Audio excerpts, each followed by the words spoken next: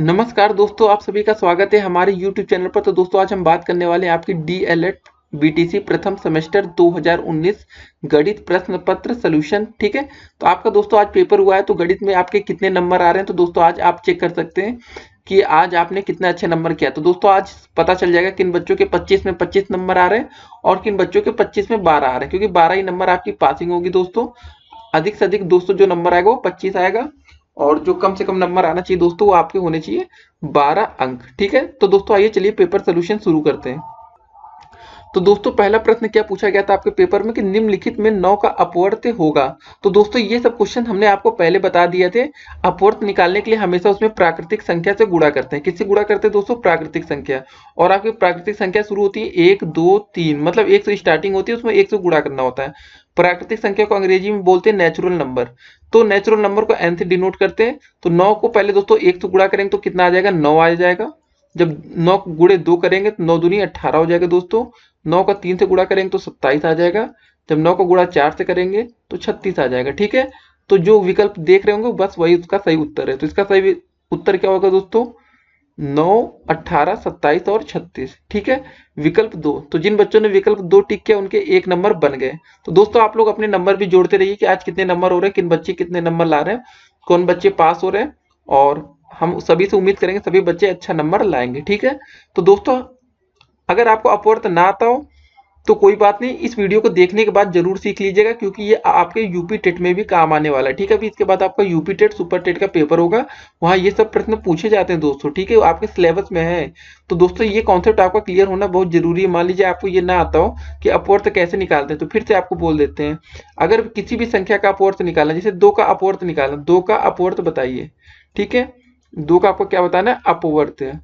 तो ये कैसे निकालेंगे दोस्तों, ये भी आपको पता होना चाहिए। ठीक है, 2 का अपवर्त निकालने के लिए हमेशा नेचुरल नंबर क्या होती है? आपकी प्राकृतिक संख्या पहले लिख देते हैं आपको यहाँ पर, जिससे आपका कॉन्सेप्ट बिल्कुल क्लियर रहे दोस्तों, कि आप लोग कभी भी गलती आने वाले टाइम में मत करें। अगर आज गलती हुई है तो कोई बात नहीं, क्योंकि आपका मेन टारगेट इसमें नंबर सिर्फ 12 नंबर ले आइए, बहुत है। ठीक है, कोई मतलब नहीं इस नंबर का। प्राकृतिक संख्या होती है आपकी 1 2 3 4 5 6, मतलब आगे बढ़ती जाती है। ठीक है, 7 8 9 10 बहुत अनंत तक। तो 2 का अपवर्त क्या होगा दोस्तों? 2 का अपवर्त निकालने के लिए पहले क्या करेंगे? 2 का गुणा 1 से करेंगे। प्राकृतिक संख्या 1 है ना पहली, फिर दूसरी दोस्तों प्राकृतिक संख्या कितनी है? 2 गुणे 2। फिर तीसरी प्राकृतिक संख्या कितनी है दोस्तों? 3। तो दोस्तों ऐसे ही इसका गुणा करते रहेंगे। 3 2 गुणे 4, मतलब अनंत करते रहेंगे। ठीक है, तो जो संख्या हमें मिलेंगी बस वही इसका अपवर्त होगा। तो दोस्तों ये गुणा करने पर क्या मिल रहा है हमें? देखिए पहले क्या मिला? 2 मिला, दोबारा गुणा किया, यहाँ पर क्या मिला? 4 मिला। फिर दोस्तों यहाँ पर 2 गुणे 3 किए, देखते रहिए, हाईलाइट कर रहे हैं यहाँ पर। 2 गुणे 3 करते हैं तो कितना मिलता है हमें? 3 दूनी 6। फिर दोस्तों 2 गुणे 4 करेंगे तो कितना मिलेगा? 4 2 चौके 8। तो 2 का अपवर्त ऐसे निकाला जा सकता है। ठीक है, तो अब देखेंगे दोस्तों आज का दूसरा प्रश्न। तो दोस्तों दूसरा प्रश्न आज आपके पेपर में क्या आया था कि 30 और 40 के बीच अभाज्य संख्या है। तो दोस्तों बिल्कुल सेम क्वेश्चन आज एक दिन पहले हमने वीडियो बनाई थी। तो दोस्तों ये उम्मीद करते हैं सभी बच्चों का सही होगा। तो दोस्तों हमने बताया था अभाज्य संख्या कौन सी संख्या होती है? वे संख्या है जो स्वयं से कटे, ठीक है, और 1 से कटे। 1 से कटे और किससे कटे? स्वयं से, मतलब। ठीक है, और कुछ किसी और से ना कटे, मतलब 2 संख्या तो सिर्फ कटनी चाहिए, 1 से कटेगी और स्वयं से कटेगी।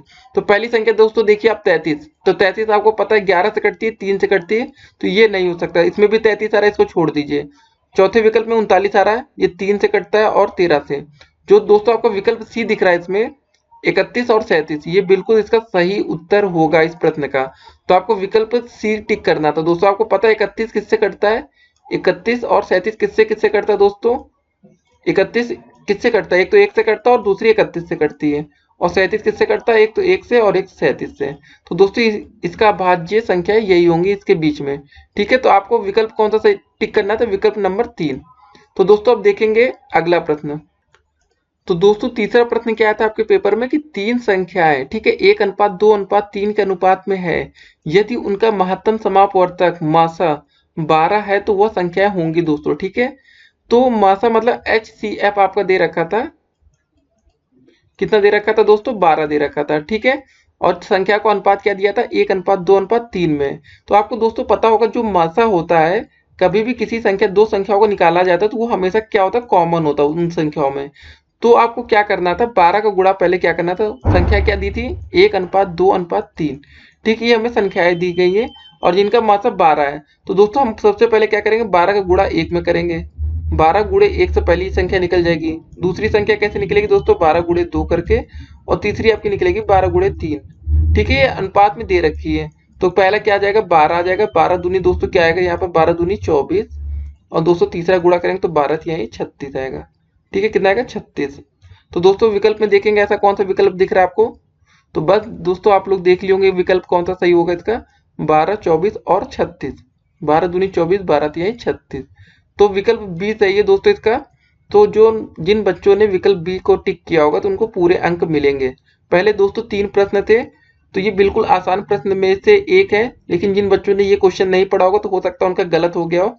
चलिए कोई नहीं, तो अब देखेंगे दोस्तों अगला प्रश्न। तो दोस्तों चौथा प्रश्न क्या था आपके पेपर में कि किसी कक्षा में 30 बच्चों में से 80% बच्चे उत्तीर्ण हुए हैं, ठीक है, पास हुए हैं। तो कक्षा में कितने बच्चे उत्तीर्ण हुए हैं दोस्तों, हमने आपको इसका एक कॉन्सेप्ट बताया था। अगर आपको कभी 2 जीरो ऐसे दिख जाए, इतने % बच्चे उत्तीर्ण हुए, तो बस आपको क्या करना होता है, उनका गुणा कर देना होता है। मतलब 8 गुणे 3 जो आएगा वही उत्तर हो जाएगा, 8 त्रिक 24। तो दोस्तों इसमें पहला विकल्प सही हो जाएगा, 8 त्रिक 24। तो दोस्तों बस सिंपल सा क्वेश्चन था।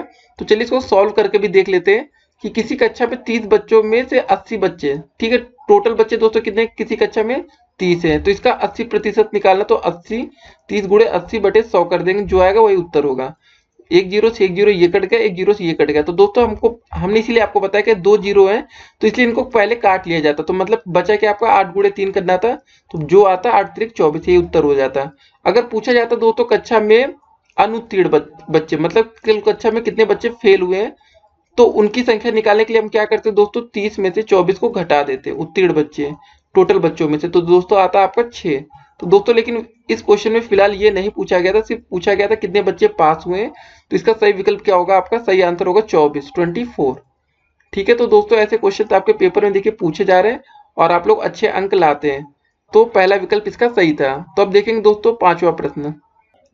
तो दोस्तों पांचवा प्रश्न आपके पेपर में क्या आया था कि 18% का भिन्न रूप होगा। ठीक है दोस्तों, 18%। तो हमने आपको प्रतिशत के क्वेश्चन बताया था दोस्तों, कभी भी भिन्न रूप में बदलना है 18% को, हमने क्या बोला था आपको दोस्तों, बस आपको सिंपल था उसको 100 से भाग कर देना होगा। क्या करना होगा, 100 से भाग करना होगा। ठीक है, 18 बटे 100 लिख देते, जो आएगा वही आंसर। 2 से पहले भाग करके देखेंगे, 2 9 18, 50 बढ़ जाएगा दोस्तों। ठीक है, तो आपका इसका जो सरलतम रूप में व्यक्त करना होता है, किन से रूप में, सरलतम रूप में, तो 9 बटे 50 दोस्तों, बस वही इसका उत्तर हो जाएगा। तो विकल्प डी आपको दिख रहा है कि 9 बटे 50 दिया गया था, तो इसका सही आंसर होगा आपका विकल्प डी। ठीक है दोस्तों, तो यही था इसका सरलतम रूप। अगर कभी दोस्तों आपको दिया गया हो, जैसे आपको 9 बटे 50 दिया गया होता पेपर में, भिन्न दिया गया, ठीक है, इसको इस भिन्न को अगर प्रतिशत में बदलना होता, इसको किस में बदलना होता, प्रतिशत में, तो आप क्या करते दोस्तों, ये भी जान जाइए आज कि आने वाले पेपर में कभी गलती मत करिएगा अगर आज आपने गलती की हो तो। ठीक है दोस्तों, गलती इंसान से ही होती है। इसको अगर प्रतिशत में बदलना होता तो इसको 100 से गुणा करते हैं। क्या होता है, 50 एकम 50, 50 दूनी 100, ठीक है, 9 दूनी 18, तो 18% इसका आंसर आता। ठीक है, अगर दोस्तों कभी पूछा जाए 1/4 दिया गया, इसको प्रतिशत में बदलना है 1/4 को, तो क्या करेंगे दोस्तों, 1/4 गुणे 25, क्या करेंगे, गुणे 100 करेंगे दोस्तों। ठीक है, इसको प्रतिशत में बदलना है ना, तो 4 दूनी 8, 4 पंजे 20, तो इसका आंसर आ जाता है आपका 25%। तो दोस्तों आज आपने सीख लिया होगा कि प्रतिशत को भिन्न में कैसे बदलते हैं और भिन्न को प्रतिशत में। तो फिर से जाते जाते फिर से बता देंगे दोस्तों, अगर कभी प्रतिशत दिया गया है उसको भिन्न में बदलना है तो उसमें 100 से भाग करते हैं। अगर कोई भिन्न दिया गया उसको प्रतिशत में बदलना है तो उसमें 100 से गुणा करते हैं। बस आप लोग बिल्कुल कंफ्यूज मत होइएगा कभी। तो दोस्तों आप कभी भी प्रतिशत का चिन्ह देखेंगे तो उसको हटा के वहां से 100 से भाग करेंगे। 18% का मतलब पता है दोस्तों, अगर इसको ऐसे हिंदी में लिखेंगे तो क्या होगा, 18%। ठीक है, प्रतिशत पहले 1 में लिख लीजिए, फिर इसको थोड़ा सा तोड़ लीजिए, थोड़ा सा दोस्तों इसको अच्छे से लिखते हैं, प्रतिशत ऐसे लिखा। अगर दोस्तों आप इसको ऐसे लिखिए, प्रति 18 क्या लिखते हैं, प्रति, और शत अलग लिखिए। ठीक है दोस्तों, शत का मतलब होता है 100, तो मतलब 18/100। ठीक है, शत का मतलब क्या होता है, 100। तो इसको दोस्तों ऐसे लिख सकते हैं ना, प्रति की जगह ऐसे चिन्ह आता है और बटे में 100 आता है। अगर दोस्तों इसको दशमलव रूप में बदलना होता तो 100 से भाग करते 0.18, ये इसका दशमलव रूप होता है। ठीक है, या तो इसको लिख सकते थे 18 शतांक। शतांश, 18 शतांश। ठीक है दोस्तों, तो इतनी चीजें आज हमने सीख ली कि क्या, कब, कैसे कैसे अप्लाई करना है। ठीक है दोस्तों, तो पहले 5 क्वेश्चन में अब तक दोस्तों जिन बच्चों के 5 नंबर आ गए हो उनको बधाई हो, पहले 5 में 5 नंबर लाने वालों को तारीफ के काबिल होंगे दोस्तों। ठीक है, कोई भी क्वेश्चन उतना कठिन नहीं था जितना कि उम्मीद की गई थी पेपर कठिन आने की। पेपर ठीक आया था दोस्तों, ना तो ज्यादा सरल था ना तो कठिन था। तो पहले 5 नंबर जिन बच्चों ने लाया बधाई हो। अब देखेंगे 6 नंबर क्वेश्चन। तो दोस्तों उसके बाद आपका 6 नंबर प्रश्न शुरू होने से पहले देखते हैं क्या शुरू हो गया आपका अति लघुत्तरी प्रश्न। तो दोस्तों हर प्रश्न के आपको अब 1 अंक मिलने लगेंगे। ठीक है, जितना सॉल्व करेंगे 1 नंबर पाएंगे। तो दोस्तों पहला प्रश्न क्या पूछा गया था अति लघुत्तरी का, कि 3 अंकों की सबसे छोटी प्राकृतिक संख्या लिखिए। तो दोस्तों 3 अंकों की सबसे छोटी प्राकृतिक संख्या आपकी कितनी हो जाएगी, 100 हो जाएगी। ठीक है, तो प्राकृतिक 3 अंकों की सबसे छोटी निकालने के लिए क्या करते हैं दोस्तों, इसमें से अगर 1 घटाएंगे तो 2 अंकों की सबसे बड़ी प्राकृतिक संख्या बन जाएगी। ठीक है, 100 में से अगर हम 1 माइनस करेंगे तो क्या हो जाएगा, 99 आएगा। तो ये दोस्तों 2 अंकों की सबसे बड़ी प्राकृतिक संख्या मानी जाएगी। ये कितनी है, 2 अंकों की सबसे बड़ी। ठीक है, तो हमें क्या निकालना था कि 3 अंकों की सबसे छोटी प्राकृतिक संख्या लिखिए। तो इसका उत्तर दोस्तों क्या हो जाएगा, 3 अंकों की सबसे छोटी संख्या प्राकृतिक 100 होती है। अगर दोस्तों आपसे ये क्वेश्चन पेपर में कभी पूछा जाए कि सबसे बड़ी प्राकृतिक संख्या निकालिए, तो दोस्तों सबसे बड़ी प्राकृतिक संख्या कभी नहीं होती, क्योंकि किसी भी प्राकृतिक संख्या में 1 जोड़ने पर उससे बड़ी संख्या में प्राप्त हो जाती है, जिसे एक अनुवर्ती संख्या कहा जाता है। ठीक है, अगर आप 100 में से 1 जोड़ेंगे तो हमें क्या मिल जाएगा, 101 मिल जाएगा दोस्तों। ठीक है, तो ये इसकी अनुवर्ती संख्या होगी, आपने पूर्ववर्ती पढ़ी होगी। तो दोस्तों फिलहाल आज इसका टॉपिक नहीं है, तो हमें सिर्फ इसका आपको आंसर करना था कि 3 अंकों की सबसे छोटी प्राकृतिक संख्या लिखिए। तो जिन बच्चों ने 100 लिख के आए होंगे आज, उनको 1 नंबर मिल जाएगा। ठीक है, तो अब देखेंगे अगला प्रश्न। तो दोस्तों 7वां प्रश्न क्या आया था आपके पेपर में कि 35 सेंटीमीटर व्यास वाले वृत्त का परिमाप ज्ञात कीजिए। ठीक है, तो दोस्तों वृत्त का परिमाप ज्ञात करने के लिए आपको पहले वृत्त का त्रिज्या ज्ञात होनी चाहिए। तो आपको क्या दिया गया है, 35 सेंटीमीटर दिया गया है, लेकिन ये क्या है आपका दोस्तों, व्यास है ना कि ये त्रिज्या है। दोस्तों अगर व्यास 35 सेंटीमीटर है तो त्रिज्या कितनी हो जाएगी, आपको पता है इसका फार्मूला क्या होता है, व्यास बराबर होता है दोस्तों 2 गुणे त्रिज्या। व्यास आपका त्रिज्या का 2 गुना होता है दोस्तों, आपको पता होगा ये। ठीक है, तो दोस्तों त्रिज्या बराबर कितना हो जाएगा, व्यास आपको कितना दिया गया 35 बराबर 2 गुणे त्रिज्या। त्रिज्या को अंग्रेजी में बोलते हैं दोस्तों रेडियस। ठीक है, और व्यास को क्या बोलते हैं, डायमीटर। तो दोस्तों 2 का भाग यहाँ पर आ जाएगा तो नीचे हो जाएगा 35/2 हो जाएगा, ये भाग में आएगा। तो बराबर दोस्तों ये आपका क्या रहेगा, त्रिज्या के। ठीक है, किसके रहेगा, त्रिज्या के। तो आपको दोस्तों पता चल चुकी है अब त्रिज्या आपकी कितनी है, 35/2। इसको त्रिज्या को अंग्रेजी में आर से लिखते हैं, तो यहाँ चलिए हम आर से मान लेते हैं। आपकी त्रिज्या आ गई 35/2। कितनी आ गई, 35/2। ठीक है, पेपर में आपको 1 लाइन का था दोस्तों, हम आपको खाली करके बता रहे हैं। ठीक है, तो आपको पता चल गई इसकी त्रिज्या तो 35/2 हो गई। तो हमें इसका व्यास वृत्त का परिमाप ज्ञात करना था दोस्तों। क्या ज्ञात करना, परिमाप। तो दोस्तों वृत्त का परिमाप के लिए फार्मूला कौन सा यूज करेंगे, वृत्त का परिमाप। ठीक है, अगर ऐसे क्वेश्चन आएंगे दोस्तों तो आप लोग आसानी से कर सकते हैं पेपर में। वृत्त का परिमाप के लिए कौन सा फार्मूला यूज करेंगे दोस्तों, 2πr। ठीक है, अब दोस्तों हमें 2 पता है, 2 है, पाई की वैल्यू कितनी होती है दोस्तों, आप लोग को पता होगा, पढ़ा होगा आपने, 22/7 होती है।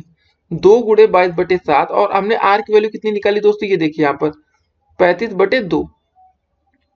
कितनी, 35/2। तो अब इसको सॉल्व कर लेंगे दोस्तों, बस इसका उत्तर आ जाएगा। तो दोस्तों कैसे सॉल्व करेंगे चलिए देखते हैं। ये 2 से पहला 2 से एक 2 से ये 2 कट गया, फिर 7 एकम 7, 7×5 35। ठीक है दोस्तों, तो 22 गुणे 5 करेंगे, जो आएगा उसका उत्तर होगा 5 दूनी 10 का 0, 5 दूनी 10, 1 11। 110 दोस्तों किस में आएगा, उसका आंसर मात्रक क्या था दोस्तों, इसका 35 आया था, मतलब सेंटीमीटर में था। तो दोस्तों इसका मात्रक क्या हो जाएगा, 110 सेंटीमीटर दोस्तों। ठीक है, तो वृत्त का परिमाप, तो दोस्तों इसको क्या बोलते हैं, परिमाप भी बोलते हैं और परिधि भी बोलते हैं दोस्तों। ठीक है, मेन इसको बोला जाता है वृत्त की परिधि।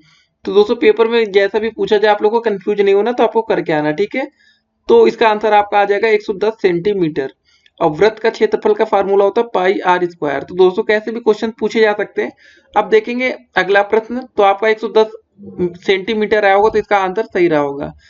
तो अब अगला प्रश्न देखा जाए दोस्तों। तो दोस्तों 8वां प्रश्न क्या पूछा गया था आपके पेपर में कि 24/7 को दशमलव संख्या में बदलिए। ठीक है दोस्तों, इसको क्या करना है, आपके दशमलव संख्या में हमें क्या करना है, बदलना है। तो कैसे होगा दोस्तों, आइए देखते हैं। 24/7 है ना, तो 24/7 को दशमलव संख्या में बदलना है। तो भाग कर दीजिए 24 को 7 से। कितनी बार जाएगा दोस्तों, 7 त्रिक 21, 21। 4 में से 1 गया, कितना बचेगा दोस्तों, 3। ठीक है, ये कट जाएगा। उसके बाद दशमलव यहाँ लगाएंगे, यहाँ एक 0 बढ़ाएंगे, फिर कितनी बार पहाड़ा जाएगा, 7 चौक 28 दोस्तों। ठीक है, 4 बार जाएगा। यहाँ बचेगा 2, ये कट जाएगा। फिर यहाँ दोस्तों 0 बढ़ाएंगे, फिर 7 दूनी 14। ठीक है, तो 14। ठीक है दोस्तों, तो इसको घटा लेंगे तो यहाँ कितना बचेगा, 6, फिर 0 आएगा। फिर कितनी बार जाएगा, 7 8 56। ठीक है दोस्तों, काट लेंगे 4 और 0। फिर दोस्तों कितनी बार जाएगा, 7 5 35। फिर आएगा 5 0, 7 7 49। तो दोस्तों ये बदलता जाएगा। ठीक है, तो इतना बहुत है। 3 से 3 अंकों तक आपने किया होगा तो बहुत होगा दोस्तों। ठीक है, हम तो काफी अंकों तक निकाल दिया हमने। फिलहाल अगर जिन बच्चों ने 2 या 3 अंक तक भी काफी होता, 2 अंक भी ले लिया जाता दोस्तों, तो इसका क्या होगा आंसर, 3.24, सॉरी क्या लिखा था, 3.428557। तो आपने जितने अंकों तक निकाला होगा दोस्तों सही होगा। जिन बच्चों ने 2 अंक तक निकाला होगा उनका भी पूरे नंबर मिलेंगे। ठीक है, कम से कम 2 अंक तक निकालना चाहिए दोस्तों दशमलव के बाद, तो सही रहता है। ठीक है दोस्तों, तो अब आइए देखते हैं 9वां प्रश्न। तो दोस्तों 9वां प्रश्न क्या है आपका कि किसी तल पर स्थित एक रेखा में कितने बिंदु हो सकते हैं दोस्तों, ये आपको बताना है। ठीक है, तो दोस्तों आप पता होना चाहिए रेखा क्या होती है, एक रेखा में कितने बिंदु हो सकते हैं। तो दोस्तों रेखा वो होती है जिसका कोई अंत नहीं होता। जैसे दोस्तों ये एक रेखा खींच दिया, हो सकता है दोनों एरो का मतलब ये कि ये रेखा इधर बढ़ती हुई जा रही है और ये रेखा इधर बढ़ती हुई जा रही है। तो दोस्तों आप एक चीज होता है, आप ये आपका रेखा है। तो दोस्तों आप एक चीज और नाम सुना आपने, रेखा खंड सुना होगा। रेखा खंड वो होता है दोस्तों जिनके कम से कम 2 अंत सिरे होते हैं रेखा खंड के। ठीक है, तो रेखा खंड एक छोटी रेखा होती है। जैसे मान लीजिए इस रेखा की बीच में से टुकड़े कर दे तो इसका बनेगा आपका एक रेखा खंड। ठीक है, तो अगर ये प्रश्न में क्या पूछा गया था लेकिन कि किसी तल पर स्थित एक रेखा में कुल कितने बिंदु हो सकते हैं, तो दोस्तों ये बिंदु हो सकते हैं आपके अनंत, इनफाइनाइट बोलते हैं अंग्रेजी में। तो दोस्तों कोई गिन नहीं सकता कि इसमें कितने बिंदु होंगे। ठीक है, तो अब देखेंगे दोस्तों अगला प्रश्न 10वां नंबर। तो दोस्तों आपका 10वां प्रश्न क्या आया था पेपर में कि कौन सा अनुपात बड़ा है, आपको ये बताना, 2:3 बड़ा है कि 5:8 बड़ा है। तो दोस्तों इसके करने के बहुत से तरीके होते हैं। जैसे एक लिखा आपका 2:3। ठीक है, दूसरा आपका क्या लिखा दोस्तों, 5:8। तो 2:3 को क्या लिख सकते हैं दोस्तों, 2/3। ठीक है, और 5:8 को क्या लिख सकते हैं, 5/8। या तो दोस्तों आप इसमें सिंपल सा भाग कर लीजिए। तो कितनी बार जाएगा अगर भाग करें तो दोस्तों ऐसे 3 से 2 से। ठीक है, तो कितनी बार दशमलव लगाएंगे, यहाँ 0 आ जाएगा, 3 6 18। ठीक है दोस्तों, 2 आएगा, फिर 0 लगाएंगे, 3 6 18। मतलब यही आएगा दोस्तों, आपकी डिजिट बन जाएगी 0.67 की, मतलब 6 आता रहेगा। ठीक है, बात आई 5/8 की। तो क्या करेंगे, फिर से इसमें भी भाग करके देख लेंगे। दशमलव लगाया 0, तो 8 6 48। देखिए दोस्तों बिल्कुल करीब करीब खेल हो गया। तो यहाँ बचेगा 2, कट गया 0, 8 दूनी 16। ठीक है दोस्तों, यहाँ बचेगा 4, कट गया, फिर 0, 8 5 40, ये कट गया। ठीक है दोस्तों, तो हमने क्या देखा कि जो आपका आया था 2:3 आया था, इसकी वैल्यू कितनी आ रही है आपकी, 6.7 आ रही है। ठीक है, दशमलव में 6 7 आ रही। ठीक है, और आपका जो 5:8 आ रहा था इसकी दशमलव की वैल्यू कितनी आ रही, 0.62 तो दोस्तों इसमें पूछा गया कौन सा अनुपात बड़ा है। तो आप लोग को पता चल गया होगा इसमें कौन सा अनुपात बड़ा है। तो इसका सही आंसर क्या होगा आपका दोस्तों, 2:3। ठीक है, तो आपको ऐसे बना के बढ़िया से अगर चाहते तो ऐसे लिख सकते थे, 2/3 इज ग्रेटर देन 5/8, ये बड़ा है। ठीक है, ऐसे भी लिख सकते थे, या सिंपल सा आप लिख दिए होंगे कि 2/3 बड़ा है, बस वो भी सही होगा। तो ये पूछा गया था दोस्तों इस प्रश्न में तो दोस्तों अब देखेंगे दोस्तों आज का 11वां प्रश्न, अति लघु उत्तरी का अंतिम प्रश्न।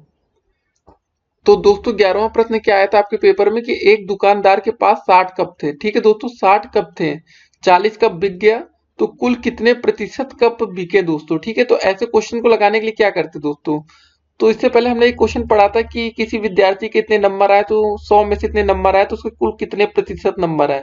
तो बिल्कुल कुछ वैसा ही करेंगे। तो कितने कप बिके दोस्तों, 60। टोटल कितने कप थे, सॉरी कितने कप बिके आपके, 40। टोटल थे आपके 60। बस प्रतिशत लाना है तो 100 से गुणा करेंगे, प्रतिशत हटाना तो 100 से भाग करेंगे, बस हो गया दोस्तों। तो एक जीरो से एक जीरो ये कट गया, 2×3 6, 2×2 4 और 2 जीरो। ठीक है, 20×10। तो दोस्तों ऊपर आपका क्या बचेगा, 20×10, नीचे बचेगा आपका 3। तो दोस्तों 20×10 कितना होता है, 200 होता है बटे 3। तो दोस्तों जरा 200 को 3 से भाग करके देखते हैं कितना आएगा, 200 में से 3, 3×6 18। ठीक है दोस्तों, यहाँ बचेगा 2, फिर एक जीरो उतारेंगे, 3×6 18 दोस्तों। ठीक है, ये कट जा रहा है आपका, 10 में से 8 गया, 2, ये भी कट जाएगा दोस्तों। ठीक है, फिर जीरो आ जाएगा, फिर दशमलव अब यहाँ लगाएंगे, दशमलव लगाए, जीरो यहाँ पर आएगा, तो 3×6 18, 2, फिर दशमलव यहाँ लगाया, फिर एक जीरो बढ़ा देंगे, 3×6 18। ठीक है, तो जो आपका फाइनली आंसर आएगा इसका, तो इसको ये लिख सकते हैं 66.67, ये आपका प्रतिशत में आ जाएगा दोस्तों। तो काफी बच्चों ने इस क्वेश्चन को कर लिया होगा, आसान क्वेश्चन था, तो उम्मीद करते हैं सभी बच्चों को यह क्वेश्चन सही गया होगा। दोस्तों अगर आपको अपना आंसर चेक करना हो कि आपका आंसर गलत तो नहीं आ गया, जल्दबाजी में हो सकता है गुणा भाग तो नहीं गलत कर दिया, तो बस इसका जो है, इसका आप 60 का इतना परसेंट निकाल देंगे तो आपका यही आंसर आ जाएगा। ठीक है दोस्तों, टोटल कप कितने थे, 60 थे, इतने परसेंट कप आपके क्या हो गए, बिक गए, 66.67। ठीक है, 0.67 कप बिक गए। तो दोस्तों आपको पता है कि प्रतिशत का चिन्ह हटाने के लिए हमें हमेशा क्या करना होता है, आपको 100 से भाग करना होता है। क्या करना होता है, आपको पता था दोस्तों 66.67 प्रतिशत आया था ना हमारा, इसलिए परसेंट का साइन हटाने के लिए हम 100 से भाग कर रहे हैं। तो बस हो गया, ये हटेगा, 2 जीरो और बढ़ जाएगा नीचे, एक जीरो यहाँ से यहाँ कट जाएगा। तो दोस्तों 6 का गुणा पहले साथ में करेंगे, 6×6 42 का 2 हासिल आया 4, 6×36 4 40 का 0 दोस्तों हासिल आया 4, 6×36 फिर 36 4 कितना हो जाएगा दोस्तों, 40। ठीक है, फिर 6×36 4 दोस्तों कितना हो जाएगा आपका, 40, भागे में आपका क्या रहेगा, 1000। भाग कर देंगे दोस्तों तो आपका कितने अंक पर दशमलव आएगा, 3 अंकों पर आ जाएगा। कितना हो जाएगा आपका आंसर, 40.002। ठीक है, तो हम दशमलव के बाद वाली संख्या यहाँ फिलहाल क्वेश्चन में छोड़ के देख लेंगे कि आपका आंसर आ रहा है कि नहीं। तो जी हाँ, आपका 40 ये आ रहा है। ठीक है, तो आप लोग को पता था कि यहाँ पर प्रश्न में क्या दिया गया था कि 40 कप ही बिके थे, तो यहाँ पर दोस्तों आंसर आ रहा है आपका 40। तो दोस्तों ये हमने वेरीफाई कर लिया, और लेकिन जो इसका सही आंसर आएगा इसको क्या करना था, कुल कितने प्रतिशत कप बिके हमें ये बताना था। तो दोस्तों इसका आंसर हमारा कितना आ गया, 66.67। तो हम उम्मीद करते हैं कि आपने ये क्वेश्चन को टिक किया होगा, आपको पूरे अंक मिलते हैं। ठीक है, तो अब देखेंगे दोस्तों अगला प्रश्न। तो दोस्तों अब आपका शुरू होता है लघु उत्तरीय प्रश्न। ठीक है, तो पहला क्वेश्चन क्या है दोस्तों, 12 नंबर, 18 माइनस बड़े ब्रैकेट में या स्क्वायर ब्रैकेट में 14 प्लस फिर करली ब्रैकेट में 16 माइनस छोटे ब्रैकेट में 18 माइनस 5 का मान ज्ञात कीजिए। तो दोस्तों आपको पता चल गया होगा अब इन प्रश्नों की जो मार्किंग होगी, जो नंबर मिलेंगे आपको, प्रत्येक प्रश्न के अब लघु उत्तरी में 2 नंबर मिलते हैं। ठीक है, तो पहला क्वेश्चन सॉल्व कैसे करेंगे, चलिए देखते हैं। तो दोस्तों सबसे पहले हम छोटे ब्रैकेट को सॉल्व करेंगे, उसके बाद करली ब्रैकेट को, फिर लास्ट में स्क्वायर ब्रैकेट को सॉल्व करेंगे। ठीक है, तो दोस्तों पहले देखेंगे 18 में से 5 गया, कितना बचेगा दोस्तों, यहाँ पर 13 बचेगा। ठीक है, और यहाँ क्या था आपका करली ब्रैकेट में 16 था, 16 माइनस 13 अब आपकी करली ब्रैकेट में आ जाएगा दोस्तों। ठीक है, अब यहाँ आपका क्या बचा था दोस्तों, 14 था ना प्लस में स्क्वायर ब्रैकेट में, जो जैसे था वैसे ही लिख देंगे दोस्तों, कि आपको कोई भी कंफ्यूजन क्वेश्चन में ना आने पाए। कोई भी प्रश्न में दोस्तों आपको कंफ्यूजन आएगी तो आपकी एक छोटी सी मिस्टेक से आपका प्रश्न पूरा गलत हो सकता है, तो ध्यान रखेंगे इसको। ठीक है, तो दोस्तों यहाँ पर क्या बीच में माइनस, तो आइए इसको सॉल्व करते हैं। आप करली ब्रैकेट को सॉल्व करेंगे, 16 में से 13 गया, कितना बचेगा दोस्तों, यहाँ पर आप देखिए ध्यान से, 16 में से 13 घटेगा तो बचेगा आपका कितना, 3 बचेगा ना। ठीक है, 3, अब इसको भी बड़े ब्रैकेट में ले लेंगे या स्क्वायर ब्रैकेट जिसको जो बोलते हैं। 14 प्लस 3, ठीक है, आपके ब्रैकेट के बाहर क्या रहेगा 18 माइनस। तो आइए चलिए दूसरी पेन लेते हैं। 14 प्लस 3 जोड़ देंगे दोस्तों कितना आ जाएगा 17, ब्रैकेट को हटाते हैं, 18 में से 17 घटेगा, 18 में से 217 घटेगा, बचेगा 1, यही आपका उत्तर हो जाएगा। कितनी नाइंसाफी दोस्तों, प्रश्न 2 नंबर का और आंसर 1 आ रहा है। चलिए अच्छी बात है, तो जिन बच्चों के 1 नंबर आंसर आया होगा तो सभी को अब 2 अंक मिल जाएंगे, ठीक है, इस प्रश्न से। तो अब देखेंगे दोस्तों 13 नंबर प्रश्न। तो दोस्तों 13वां प्रश्न क्या आया था आपके पेपर में कि पटरी और प्रकार की सहायता से 90 अंक का कोड बनाइए। तो दोस्तों आपको ये प्रश्न हमने सेम टू सेम क्वेश्चन आपको पिछले पेपर में कराया था, आज से 2 से 3 दिन पहले की वीडियो में आपने अगर देखा होगा, सेम क्वेश्चन था, 90 अंक का कोड हमने खुद बना के दिखाया था। तो ये क्वेश्चन तो किसी का गलत हो ही नहीं सकता दोस्तों, ठीक है, 90 अंक का कोड बनाना। तो क्या हमने बताया था, चलिए देखते। सबसे पहले आपने एक लाइन खींच ली होगी पटरी से, ठीक है, फिर आपने एक चाप लगाया होगा गोला प्रकार में ऐसे, ठीक है दोस्तों। फिर सबसे पहले हम क्या करते हैं, 60 अंश पर पहला अगर जो चांद ऐसे कट करेंगे तो पहला 60 अंश पर कटता है, दूसरा कितने पर कटता है दोस्तों 120 अंश पर। तो एक क्या करना था उसके बाद दोस्तों, आइए देखते हैं। तो जो गोला प्रकार का गोला था यहाँ पर देखिए, यहाँ पर हाईलाइट कर रहे हैं ना, एक यहाँ पर रखेंगे, तो यहाँ पर एक ऐसे चाप लगाएंगे, कट करेंगे, फिर दोबारा यहाँ पर दोस्तों ट्राई करेंगे इस हरे वाले से, दोबारा ऐसे कट करेंगे दोस्तों, ठीक है। उसके बाद एक बिल्कुल सीधी लाइन खींच देंगे यहाँ से बिंदु, मुख्य बिंदु से। तो दोस्तों ये जो कोड बनेगा आपका, ये बनेगा आपका 90 अंश, ठीक है। अगर आपके पेपर में पूछा गया होता कि 60 अंश का कोड बनाइए, 120 अंश का कोड बनाइए, 60 अंश के लिए कुछ नहीं था, आप ऐसे करते, पहला कट करते, जहां से जाता वो 60 अंश का कोड होता आपका।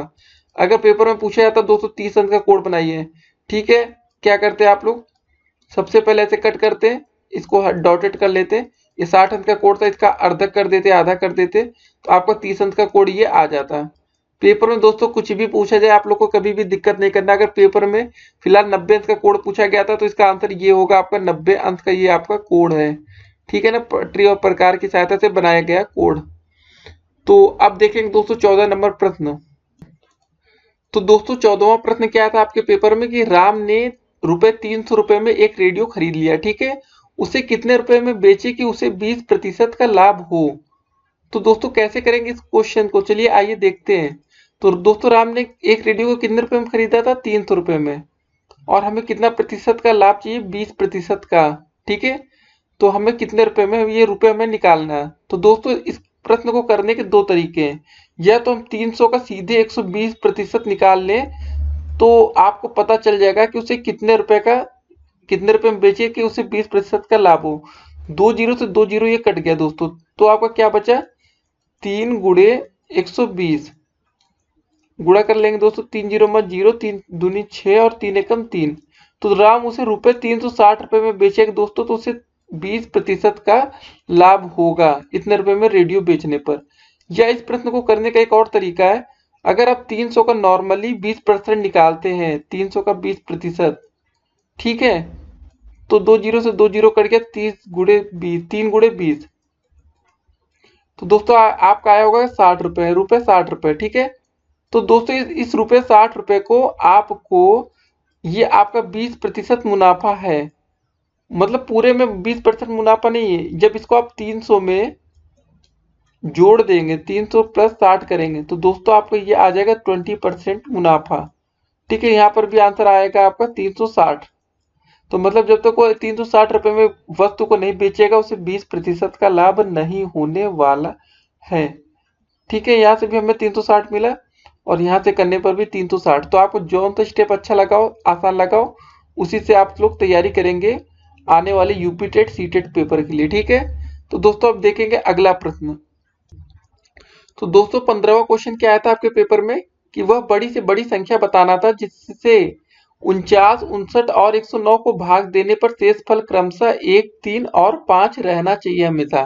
तो दोस्तों कैसे होगा, जब कभी ऐसा क्वेश्चन आए दोस्तों, ठीक है, जब लिखा रहा है कि शेषफल ये एक या जो भी बचे, तो उसमें से सबसे पहले घटा लेते दोस्तों, तो सीरियल से घटाएंगे। तो 49 में से कितना शेषफल रहना चाहिए दोस्तों, पहले बोला गया 1, फिर दूसरी बार ये आती है आपकी 59, फिर बोला गया शेषफल, देखिए सीरियल से लेंगे, पहला लिया, दूसरा लिया, तीसरा लिया, यहाँ भी पहला दूसरा तीसरा करेंगे, ठीक है। तो 59 में कितना बच रहा है आपका 3, फिर दोस्तों बारी आती है आपके 109 को भाग देने पर शेषफल बचता है 5, घटाते हैं दोस्तों कितना आ जाएगा यहाँ पर 48, ठीक है, 59 में से 3 क्या बचेगा आपका दोस्तों 56। 109 में से 5 क्या बचेगा दोस्तों 104। ठीक है, तो अब इन तीनों का हम क्या निकाल लेंगे, HCF मासा निकाल लेंगे। ठीक है, जो महत्तम समापवर्तक आएगा उसी से हम वो संख्या निकाल सकते हैं। तो दोस्तों आप देख रहे होंगे तीनों में एक चीज कॉमन है, वो कॉमन क्या 8 है। तो इसके फैक्टर भी करके आप दोस्तों देख सकते हैं 8, 56 और 104। तो दोस्तों हमें आंसर पता है कि 8 ही लग रहा है।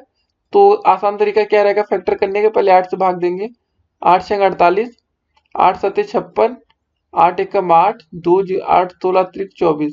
तो दोस्तों आप लोग देख रहे होंगे कि सब ये प्राइम नंबर है। ठीक है, 7 13 और 6 का क्या होगा 2 3 होगा। ठीक है, तो सभी में जो दोस्तों एक चीज कॉमन मिल रहा है वो क्या है 8 है, 8 नंबर। क्या कॉमन है दोस्तों 8 नंबर। तो हमें वो संख्या बतानी थी बड़ी से बड़ी, तो वो हमारी संख्या दोस्तों क्या आ जाएगी, मासा निकाले तो वो संख्या हमारी आएगी 8। दोस्तों ये इसका आंसर होगा। आप इसको चेक कैसे कर सकते हैं आइए देखते हैं। 8 आंसर तो ले आए। तो क्या बोला था प्रश्न में कि भाग देने पर शेषफल क्रमशः, अगर 49 को आप 8 से भाग दीजिए, यहाँ पर 49 भागे 8 करिए तो शेषफल दोस्तों हमेशा 1 बचेगा। 59 में 8 से भाग करेंगे, यहाँ करते नीचे 8 सत्ते 56, शेषफल हमेशा दोस्तों 3 बचेगा। ठीक है, यहाँ पर लिखा भी गया था। और लास्ट में 109 को भाग देने पर, तो दोस्तों अंत में हम अगर 109 को भाग देंगे 8 से तो आपका शेषफल कितना बचेगा देखते हैं। 8 एकम 8, 2 यहाँ बचे 2 9, 8 16 अतिरिक्त 24। ठीक है, तो दोस्तों आपका शेषफल कितना बचा 24 5 29 होता है। तो आपका शेषफल यहाँ 5 बच रहा है। ठीक है, नहीं तो ऐसे देख लेंगे ज्यादा सही समझ में आएगा आपको। भाग करिए 8 एकम 8। ठीक है दोस्तों, 2 बचेगा, कट जाएगा, बचेगा दोस्तों यहाँ पर 9 आ गया, 29 हो गया।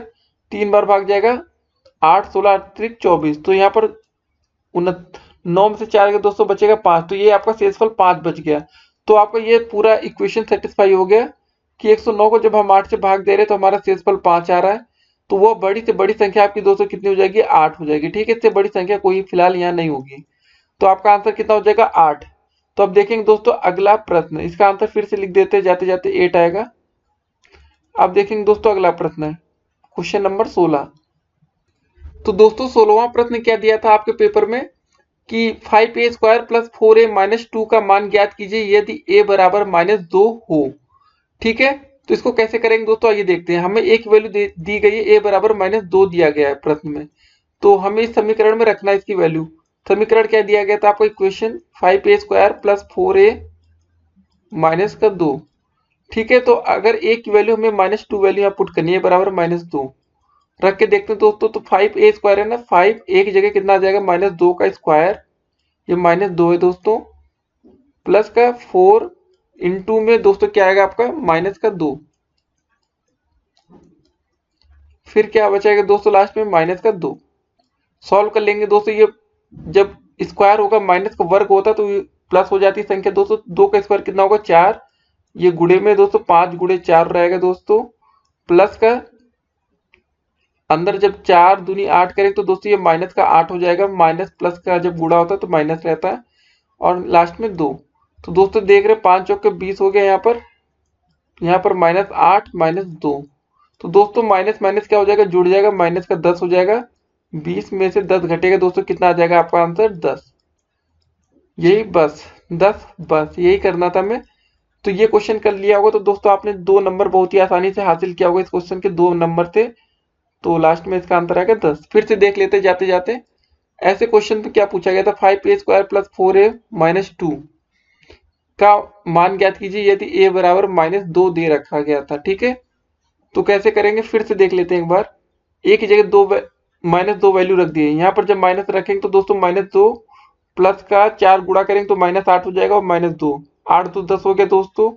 a का स्क्वायर 2 का स्क्वायर 4 होता है, 5 चौके 20, 10 आंसर आ गया दोस्तों। ठीक है, आइए देखते हैं 17 नंबर क्वेश्चन। तो दोस्तों 17वां प्रश्न क्या आया था आपके पेपर में कि नीचे दिए गए चित्र को देखकर निम्नलिखित प्रश्नों के उत्तर आपको देना था प्रश्न में। ठीक है दोस्तों, आपको एक वृत्त बनाया गया था, तो आप इसको देखिए। तो पहला प्रश्न क्या पूछा गया था दोस्तों कि 3 त्रिज्याओं के नाम लिखना था आपको। क्या लिखना था 3 त्रिज्याओं के नाम। तो चलिए आइए लिख देते हैं। तो दोस्तों आप पहले वृत्त के केंद्र पर जाएंगे। केंद्र बिंदु क्या है आपका O। तो सबसे छोटी त्रिज्या क्या दिख रही है दोस्तों आपकी OC। ये आपकी क्या है एक त्रिज्या है। ठीक है दोस्तों, ये त्रिज्या यहाँ पर थी पहले, तो ये ऐसे ऐसे घूमते घूमते यहाँ पर पहुंच गई, तो ओ बी हो गई, और लास्ट में ऐसे ऐसे घूमते घूमते ओ ए पर आ गई। तो तीन त्रिज्या क्या क्या हो गई आपकी, लिख लेते हैं। पहली आपकी दोस्तों ओ सी, फिर घूमते घूमते पहुंच गए ओ बी पर, और लास्ट में दोस्तों आ जाएंगे ओ ए। तो दोस्तों पहला आंसर ये हो जाएगा आपका, पहला आंसर। दूसरा आंसर क्या है दोस्तों, क्वेश्चन क्या है कि तीन जीवाओं के नाम लिखिए। तो दोस्तों आपको पहले पता होना चाहिए वो जीवा होती क्या है कि जिनका हमें नाम लिखना है, तीन जीवाओं के नाम। तो दोस्तों जीवा वो होती है जिनके दोनों सिरे जो होते हैं वो परिधि पर स्थित होते हैं। ठीक है, दोनों सिरे परिधि पर। इसका मतलब क्या होगा, जैसे दोस्तों जैसे आप देख रहे होंगे बी और ए, मतलब ए से चल के बी तक पहुंच रही है, तो मतलब दोनों सिरा क्या किस पर आपका है, परिधि पर है। तो पहले दोस्तों दूसरे का पहला आंसर क्या होगा, तीन जीवाओं में ए बी हो जाएगा दोस्तों। दूसरा देखिए दोस्तों, बी से एक रेखा शुरू हो रही है यहाँ से और सी पर खत्म हो रही, दोनों सिरा परिधि पर है, तो आपका हो जाएगा दोस्तों बी और सी। और लास्ट में दोस्तों एक चीज देखिए, ए से शुरू हो रही सी पर खत्म हो रही, तो दोस्तों किसी भी वृत्त की सबसे बड़ी जीवा क्या कहलाती है, बताइए बताइए। लेकिन इसमें एक कंडीशन है, अगर वृत्त की जीवा, ठीक है, किस वृत्त की जीवा अगर उसके केंद्र से होकर जाती है तो उसे क्या कहते हैं, उसे बोलते हैं व्यास। क्या बोलते हैं, व्यास। तो यहाँ पर सबसे बड़ी जीवा क्या होगी, व्यास ही होगी ना, ए और सी होगा। तो दोस्तों आप तीन जीवाओं का नाम लिख लिया, अब उसके बाद बारी आती है आपके तीन व्यास के नाम लिखने की। ठीक है, नहीं नहीं तीन नहीं लिखना, सिर्फ वृत्त का व्यास हमें बताना है क्या होगा। वृत्त का व्यास पूछा गया प्रश्न में, वृत्त के व्यास का नाम लिखिए। तो व्यास दोस्तों शुरू कहां से हो रहा है, ए से शुरू हो रहा है, खत्म सी पर हो रहा है। ठीक है दोस्तों, मतलब बिंदु ओ से सी, ये तो दोनों तरफ त्रिज्या है, ये भी त्रिज्या है, ये भी त्रिज्या है। इसको आर मान लिए, इसको आर मान लिए, तो पूरे को क्या मानेंगे हम, डी मानेंगे। डी से क्या होता है अंग्रेजी में, डायमीटर। तो दोस्तों इसका व्यास क्या हो जाएगा आपका, प्रश्न में इसका आंसर क्या होगा बताइए। तो इसका आंसर होगा दोस्तों आपका ए और सी। लास्ट क्वेश्चन क्या था दोस्तों, वृत्त का केंद्र बताइए। दोस्तों वृत्त का केंद्र क्या है, वृत्त का केंद्र बिंदु है ओ। ठीक है, इसको एंगल में भी लिख सकते हैं, लेकिन फिलहाल एंगल लिखने की जरूरत नहीं होगी। वृत्त का केंद्र बताना था, तो वृत्त का केंद्र आपका ओ है। तो दोस्तों आप लोग के आई होप इस क्वेश्चन में किसी भी बच्चे का कोई क्वेश्चन आंसर गलत नहीं हुआ होगा, काफी आसान क्वेश्चन था। बस कंफ्यूजन हो सकती है आप लोग को जीवा में रही हो, और तो तीन क्वेश्चन आसानी थे दोस्तों। तो चलिए आइए देखेंगे आज का बिल्कुल अंतिम प्रश्न 18 नंबर। तो दोस्तों आज का अंतिम प्रश्न क्या, 18वां। सलमा अपनी बहन रेशमा से 10 वर्ष बड़ी है। ठीक है दोस्तों, 4 वर्ष पहले सलमा की आयु रेशमा की आयु की 2 गुनी थी। सलमा और रेशमा की वर्तमान आयु ज्ञात कीजिए। ठीक है दोस्तों, अगर आपको कोई भी प्रश्न ऐसा मिले कभी करने को, तो दोस्तों जैसा प्रश्न में लिखा है बस बिल्कुल वैसा वैसा आपको करते जाना है। तो पहले सबसे पहले दोस्तों प्रश्न में क्या लिखा है देखिए, पढ़िए। सलमा अपनी बहन रेशमा से कितनी वर्ष बड़ी है दोस्तों, 10 वर्ष बड़ी है। ठीक है, तो लिख लेते हैं यहां पर, सलमा रेशमा से दोस्तों कितनी वर्ष बड़ी है, 10 वर्ष बड़ी है। ठीक है, रेशमा से 10 वर्ष अधिक है, तो अब दोनों बराबर हो गई। मतलब सलमा की उम्र देखिए यहाँ पर आप देखने पर पता चल रहा होगा, सलमा और ये है आपकी रेशमा। ठीक है, तो चलिए दोस्तों इसको हम सलमा को एस से डिनोट कर लेते हैं। इसके अक्षर का पहला नाम एस से आता है और रेशमा को पहला अक्षर क्या आता है, आर से आता है। ठीक है, आर मान लेते हैं प्लस 10, तो ये आपका समीकरण 1 बन जाएगा। ठीक है, फिर उसके बाद दोस्तों प्रश्न में क्या बोला गया, पढ़िए। 4 वर्ष पहले सलमा की आयु, ठीक है 4 वर्ष पहले की बात हो रही थी दोस्तों, तो दोनों में से पहले 4 चार घटा लेते हैं। सलमा में से 4 घटा लेंगे, इसमें 4 वर्ष पहले, और इधर रेशमा में से 4 घटा लेंगे। ठीक है, 4 4 दोनों में हमने क्या किया, घटा लिया, क्योंकि 4 वर्ष पहले की बात हो रही है। अगर 4 वर्ष बाद की बात होती दोनों में 4 4 जोड़ लिया जाता। फिर आप पढ़िए प्रश्न, पहले पूरा पढ़ लीजिए। क्या लिखा है यहाँ पर, सलमा की आयु रेशमा की आयु की 2 गुनी थी। तो दोस्तों बस यहाँ प्रश्न में भी वैसा ही कर लेना है। फिर से एक बार ध्यान से देख लीजिए, क्योंकि काफी बच्चे यही पर सबसे ज्यादा गलती होती है दोस्तों। ठीक है, आपसे क्या लिखा था, सलमा की आयु रेशमा की आयु की कितनी थी, 2 गुनी। तो दोस्तों आपकी ये सलमा की आयु दे रखी है पहली वाली, ठीक है, ये आपकी रेशमा की आयु दे रखी है। तो जो आपकी सलमा की आयु थी रेशमा की आयु की दोस्तों कितनी थी, 2 गुनी थी। यहाँ से 2 से गुणा कर देंगे, बस ये हो गया। ठीक है, अब इसको सॉल्व कर लेंगे।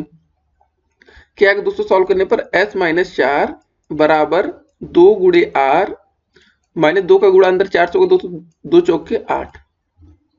ठीक है, तो यहाँ से हमें एक इक्वेशन मिल जाएगा। देखो यहाँ 4 को इधर लेके जाइए, इस पक्ष में ले आइए, कितना हो जाएगा दोस्तों, s बराबर आ जाएगा आपका 2r माइनस का 8 प्लस का दोस्तों ये आ जाएगा 4। तो दोस्तों -8 में से +4 घटेगा तो कितना आ जाएगा 2r, ठीक है, माइनस का 4, ये आ गई s की वैल्यू। तो दोस्तों इसको समीकरण हम क्या मान लेते हैं, 2 मान लेते हैं। तो समीकरण 1 और समीकरण 2 से समीकरण 1 बराबर क्या दे रखा है, s बराबर r प्लस 10। तो समीकरण 1 में समीकरण 2 की वैल्यू रख दीजिए, ठीक है दोस्तों। तो समीकरण 1 पहले क्या लिखा तो उसको लिख लीजिए, आप लोग बिल्कुल कंफ्यूज मत होइएगा। s बराबर दे रखा था r प्लस 10, ये समीकरण आपका दोस्तों 1 था। तो जो समीकरण 2 है, तो यहाँ से समीकरण 2 की वैल्यू यहाँ से s की वैल्यू इसमें रख दीजिए दोस्तों। s की वैल्यू यहाँ पर रखने पर क्या आ जाएगा, यहाँ पर s की वैल्यू यहाँ से पुट करेंगे, ठीक है दोस्तों। यहाँ से s की वैल्यू रखें तो s बराबर क्या था, 2r माइनस का 4 बराबर r प्लस 10, ठीक है दोस्तों। तो ये वाला r इधर आएगा तो घट जाएगा, 2r माइनस का r बराबर दोस्तों ये 4 उधर जाएगा, प्लस का हो जाएगा 10 प्लस का 4, ठीक है। तो दोस्तों आपका r आ जाएगा 14 साल, कितना आ जाएगा 14 वर्ष। तो दोस्तों आपको पता चल गया आर का मतलब क्या था, रेशमा। तो रेशमा की उम्र कितनी हो गई दोस्तों, आपकी 14 वर्ष हो गई, ठीक है। इस प्रश्न से आपकी रेशमा की उम्र आ गई 14 साल। अब आपकी बची दोस्तों किसकी उम्र एक और बच रही है, अब आपकी बच रही सलमा की उम्र। तो सलमा की उम्र के लिए क्या करेंगे दोस्तों, समीकरण 1 में आर की वैल्यू रख देंगे, समीकरण 1 से, ठीक है। समीकरण 1 कहाँ गया दोस्तों, आपका ये दिख रहा है आपको दोस्तों स्क्रीन पर इस समय, इसको हाईलाइट कर रहे हैं, ये आपका समीकरण 1 है। s बराबर r प्लस 10, ठीक है। s बराबर क्या दे रखा है दोस्तों, r प्लस का 10। तो दोस्तों अपनी r की वैल्यू निकाल ली, r बराबर कितना आया था 14 वर्ष। तो r की जगह क्या लिख देंगे, 14 प्लस का 10, दोनों को जोड़ देंगे दोस्तों, कितना आ जाएगा 24 वर्ष। ये उम्र है दोस्तों, तो वर्ष लिख दीजिए। s का मतलब क्या है, यहाँ से s बराबर क्या है दोस्तों, सलमा, ठीक है। और r का मतलब आपका क्या था यहाँ से दोस्तों, रेशमा। तो दोस्तों आज हमने सलमा और रेशमा की उम्र निकाल ली। तो दोस्तों बस ये पेपर में आज आपको करना था, जिन बच्चों का किया होगा सबको 2 नंबर मिल जाएंगे, ठीक है। तो आंसर आप क्या लिख दिए होंगे, सलमा बराबर, सलमा की उम्र कितनी आ गई आपकी दोस्तों 24 वर्ष, और रेशमा की उम्र कितनी आ गई दोस्तों, रेशमा की उम्र कितनी आ गई आपकी 14 वर्ष, ठीक है। तो आपने दोनों की उम्र निकाल ली होगी, यही आपका उत्तर हो जाएगा। आसान से क्वेश्चन थे दोस्तों, ऐसे प्रश्न आए पूछे गए थे, लेकिन हाँ काफी बच्चे इसमें गलती कर सकते हैं, हम मानते हैं। तो चलिए दोस्तों, तो आप लोग अपने नंबर सभी लोग कैलकुलेट कर लेंगे और कमेंट करके बताएंगे किस बच्चों के कितने नंबर आ रहे हैं। सलमा और रेशमा की वर्तमान आयु हमें निकालनी थी, तो यही आ गई, उसकी वर्तमान आयु क्या होगी 24 और 14 वर्ष, ठीक है। तो सभी बच्चे दोस्तों अपना नंबर कमेंट करेंगे कि सभी के बच्चों के नंबर 25 में से कितने नंबर अंक आ रहे हैं। तो जो बच्चे का 25 में 25 आ रहा होगा उनको काफी बधाई हो, कॉन्ग्रेचुलेशंस। तो दोस्तों और भी वीडियोस आपको इस चैनल पर मिलती रहेंगी। अगर आप बीटीसी सेकंड सेमेस्टर में अगली बार जाने वाले हैं, तो दोस्तों बीटीसी का या डीएलएड का इसको सेकंड सेम में जाएंगे, तो आप हमारे चैनल को सब्सक्राइब कर लें, जिससे आने वाली बीटीसी सेकंड सेम की भी आपकी अच्छे से तैयारी हो सकेगी। और आपका मेन टारगेट होगा सभी बच्चों का यहाँ पर शिक्षक भर्ती 2021, ठीक है। आप लोग 2021 तक एलिजिबल हो पाएंगे दोस्तों, या 2020 एंड तक भी आपका खत्म हो सकता है, सेमेस्टर एंड होता है। तो दोस्तों आप लोग लग जाइए, क्योंकि आपको पता है कि 2022 से पहले वैकेंसी अच्छी आनी है। तो जिन बच्चों की तैयारी जैसी होगी वैसे अंक आएंगे दोस्तों। तो सभी बच्चों को ऑल द बेस्ट, और जितने पेपर बचे हैं सभी में आपके अच्छे नंबर आने चाहिए। तो दोस्तों आप लोग को 2020 से पहले अच्छे से अच्छे प्रिपेयर हो जाइए, और प्रिपेयर होने के लिए हमारे चैनल को आप क्या कर सकते हैं, सब्सक्राइब कर सकते हैं, ठीक है। सब्सक्राइब कर लेंगे तो जिससे कि हम आप लोग के लिए यूपी टेट से लेके सी टेट सभी चीज की तैयारी चैनल से कराई जाती है, ठीक है दोस्तों। यूपी टेट हो गया, सी टेट हो गया, और मेन आपका टारगेट रहेगा सुपर टेट। तो उसके लिए हम तैयारी करेंगे। तो आपको बताइएगा वीडियो कमेंट करके आपको कितने नंबर आ रहे हैं, और फिर मिलेंगे अगली वीडियो में। तब तक के लिए सभी बच्चों को बाय बाय, टेक केयर और अपना ख्याल रखें।